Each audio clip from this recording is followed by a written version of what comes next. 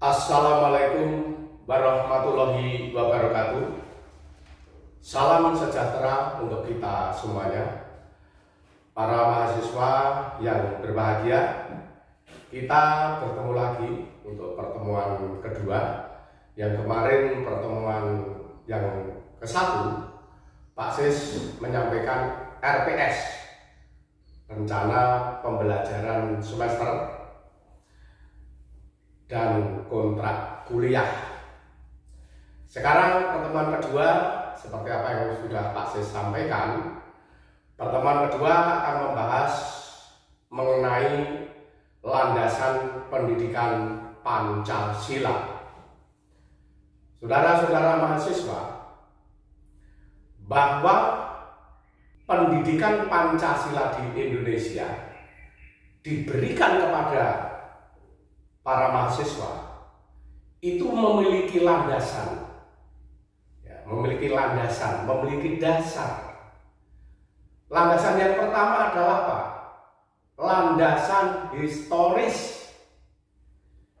Saudara mahasiswa, bagi bangsa Indonesia, istilah Pancasila sudah lama dikenal, yaitu sejak masuknya agama Buddha ke Indonesia,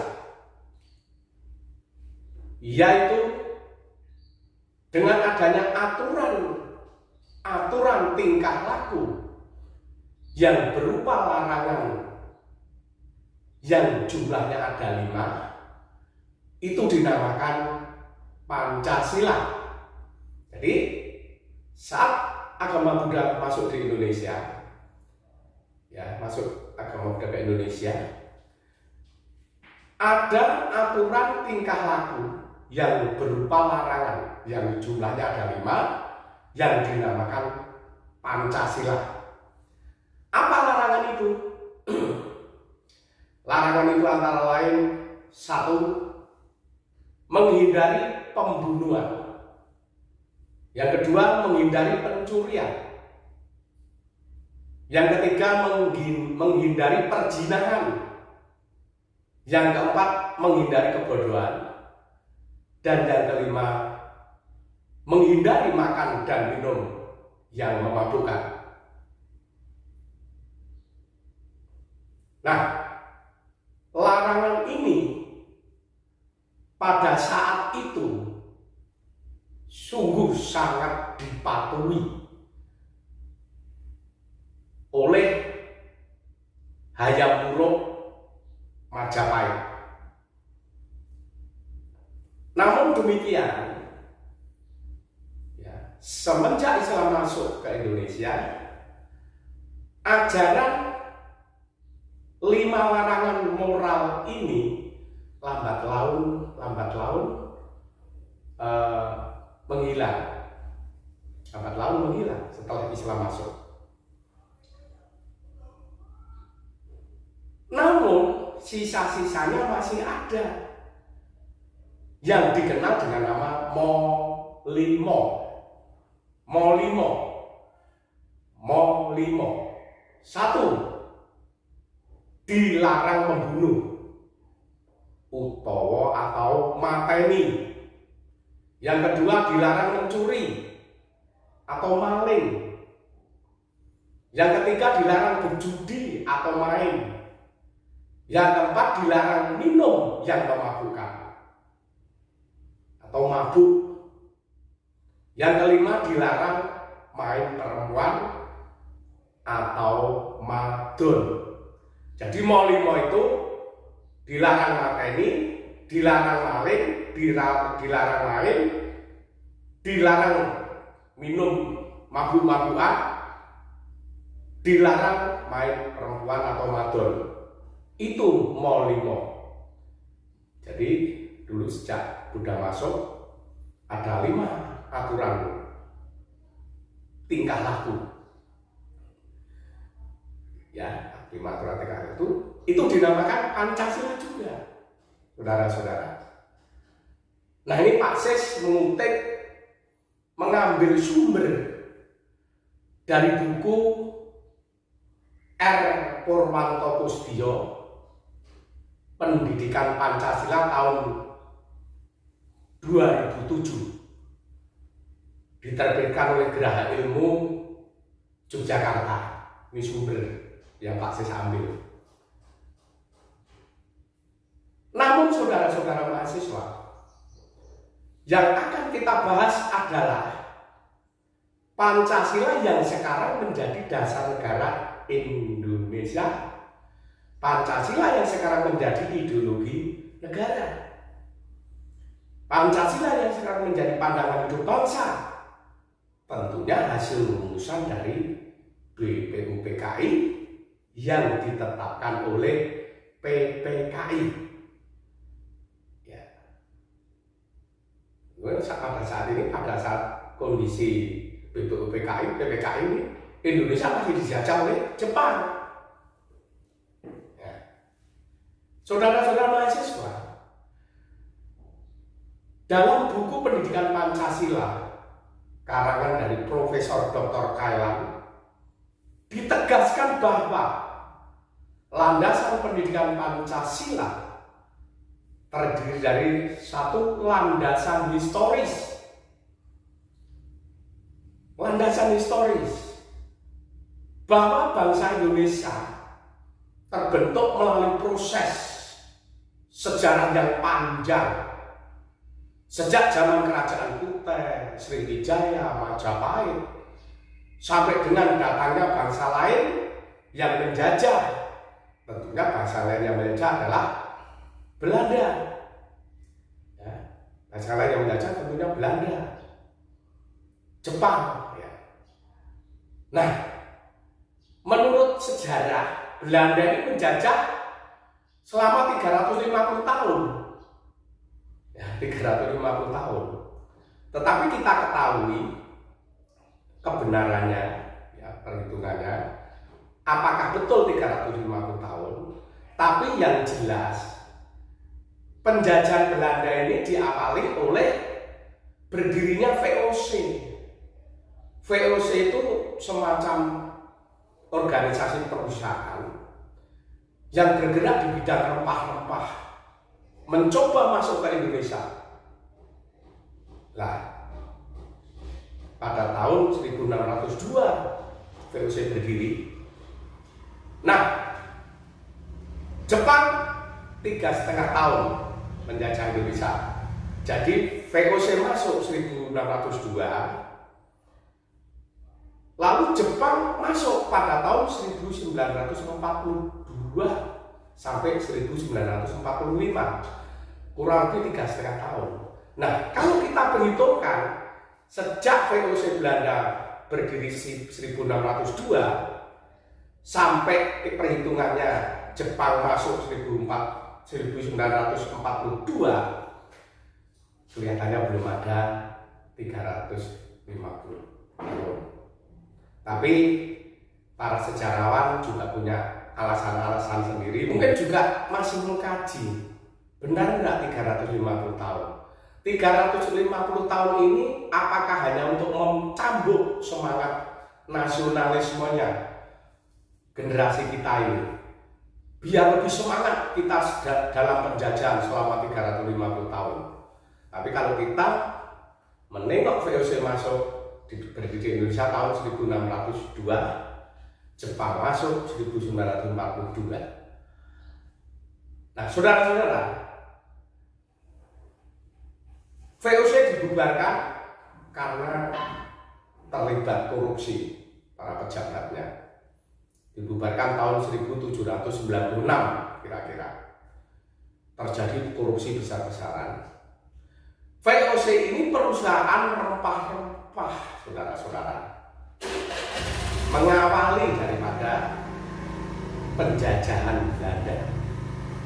Pertama kali 1602 bukan menjajah, tapi dia memanfaatkan rempah-rempah Indonesia dengan melibatkan tenaga-tenaga Indonesia. Tapi lama-kelamaan VOC berulah, mendapat dukungan penuh dari negeri Belanda. Akhirnya VOC melakukan penekanan. Nah, inilah saudara-saudara yang harus bisa memberikan campuran kita selaku generasi penerus bahwa Indonesia bisa merdeka karena perjuangannya sendiri. Indonesia merdeka dijajah. Saudara-saudara mahasiswa, dalam sejarah yang panjang, akhirnya bangsa Indonesia menemukan jati dirinya yang di dalamnya tersimpul ciri khas, sifat, karakter yang berbeda dengan bangsa-bangsa lain di dunia. Yang oleh para pendiri negara, ciri khas, sifat, karakter ini dirumuskan dalam rumusan yang sederhana namun mendalam, yang meliputi 5 prinsip yang dinamakan Pancasila. Jadi jelas secara historis nilai-nilai yang terkandung dalam Pancasila sebelum dirumuskan dan disahkan menjadi dasar negara Indonesia, secara objektif historis telah dimiliki oleh bangsa Indonesia sendiri. Dengan kata lain, bangsa Indonesia sebagai kausa materialis Pancasila. Yang kedua, saudara-saudara, landasan kultural. Ini berbeda dengan bangsa lain, saudara-saudara. Pancasila, nilai-nilainya ini berbeda dengan bangsa lain. Bangsa Indonesia mendasarkan pada pandangan hidupnya dalam bermasyarakat, dalam berbangsa, dan dalam bernegara pada suatu asas kultural yang dimiliki dan melekat pada bangsa Indonesia sendiri, yaitu nilai-nilai yang terkandung di dalam Pancasila. Itu landasan kultural ya, yang dimiliki bangsa Indonesia itu sudah melekat. Yang ketiga, saudara-saudara, landasan yuridis. Pendidikan Pancasila di perguruan tinggi Indonesia ini landasan yuridisnya sangat kuat, tertuang dalam Undang-Undang Nomor 20 Tahun 2003 tentang Sistem Pendidikan Nasional. Pada pasal 1 ayat 2 ya, pada pasal 1 ayat 2 disebutkan bahwa sistem pendidikan nasional berdasarkan Pancasila. Hal ini mengandung makna bahwa secara material Pancasila merupakan sumber hukum pendidikan nasional. Juga disebutkan, ditegaskan, landasan yuridis pendidikan Pancasila adalah Undang-Undang Perguruan Tinggi Nomor 12 Tahun 2012 pada pasal 35 ayat 3. Secara eksplisit dicantumkan bahwa kurikulum pendidikan tinggi wajib memuat mata kuliah pendidikan agama, pendidikan Pancasila, pendidikan kewarganegaraan, serta bahasa Indonesia. Dengan demikian, saudara-saudara, pendidikan Pancasila memiliki landasan yuridis, yaitu Undang-Undang Nomor 12 Tahun 2012 tentang perguruan tinggi. Juga mendasar pada SK Dirjen Dikti Nomor 43 garis miring Dikti garis miring Kep garis miring 2006 antara lain ditegaskan bahwa pendidikan kewarganegaraan berbasis Pancasila sebagai filsafat bangsa negara Indonesia. Pendidikan kewarganegaraan berbasis Pancasila, berarti ini sangat kuat, saudara-saudara, landasan yuridis pendidikan Pancasila. Dan ini wajib diberikan kepada perguruan tinggi seluruh Indonesia karena mengandung landasan yuridis. Merupakan mata kuliah umum yang harus diberikan kepada mahasiswa. Yang keempat, landasan filosofis. Landasan filosofis bahwa Pancasila sebagai dasar filsafat negara dan pandangan filosofis bangsa. Oleh karena itu sudah merupakan suatu keharusan moral untuk secara konsisten merealisasikannya dalam setiap aspek kehidupan, baik kehidupan bermasyarakat, berbangsa, dan bernegara.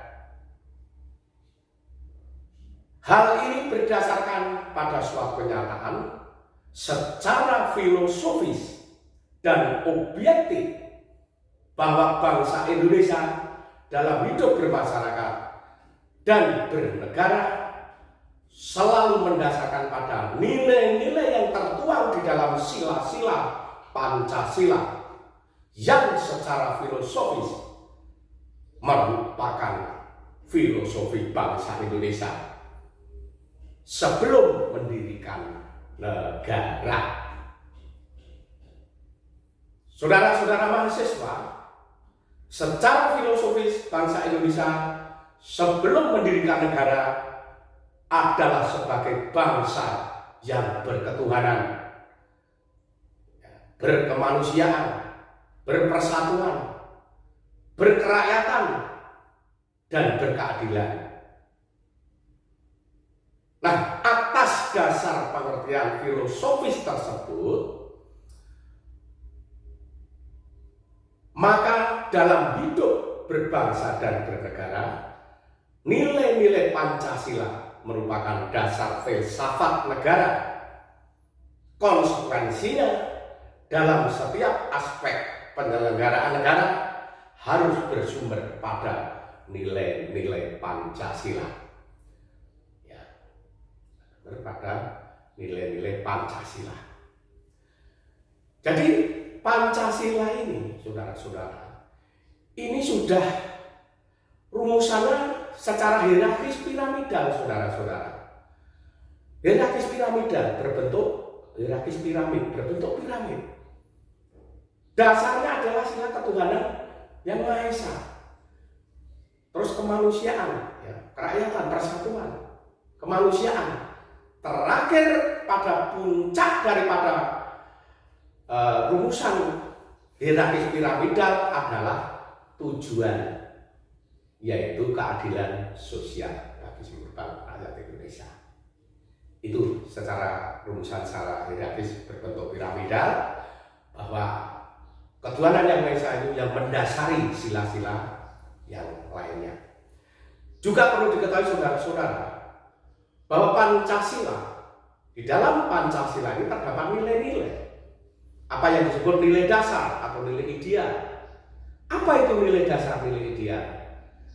Nilai dasar atau nilai ideal yaitu nilai-nilai dasar yang mempunyai sifat tetap, artinya tidak bisa berubah. Nilai ini terdapat dalam pembukaan Undang-Undang Dasar 1945. Nah, nilai-nilai dasar Pancasila ini meliputi antara lain, kan Pancasila tercantum di mana? Di pembukaan Undang-Undang Dasar 45. Di sana ada Pancasila. Maka saat amandemen UUD 45, pembukaan Undang-Undang Dasar 45 tidak diutik-utik, tidak dirubah, karena menjadi kesepakatan. Pembukaan Undang-Undang Dasar 45 itu dasarnya untuk membangun negara. Di sana ada Pancasila.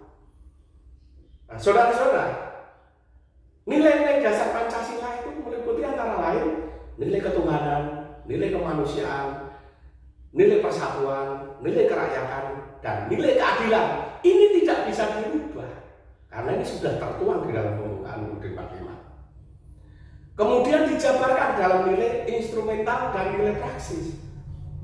Apa itu nilai instrumental? Nilai instrumental yaitu penjabaran dari nilai ideal Contohnya apa? Contohnya seperti Undang-Undang Dasar 1945. Ya, kalau nilai ideal, nilai dasar tadi apa? Pancasila, ketuhanan sampai pada keadilan tadi. Nilai instrumennya apa? UUD 45.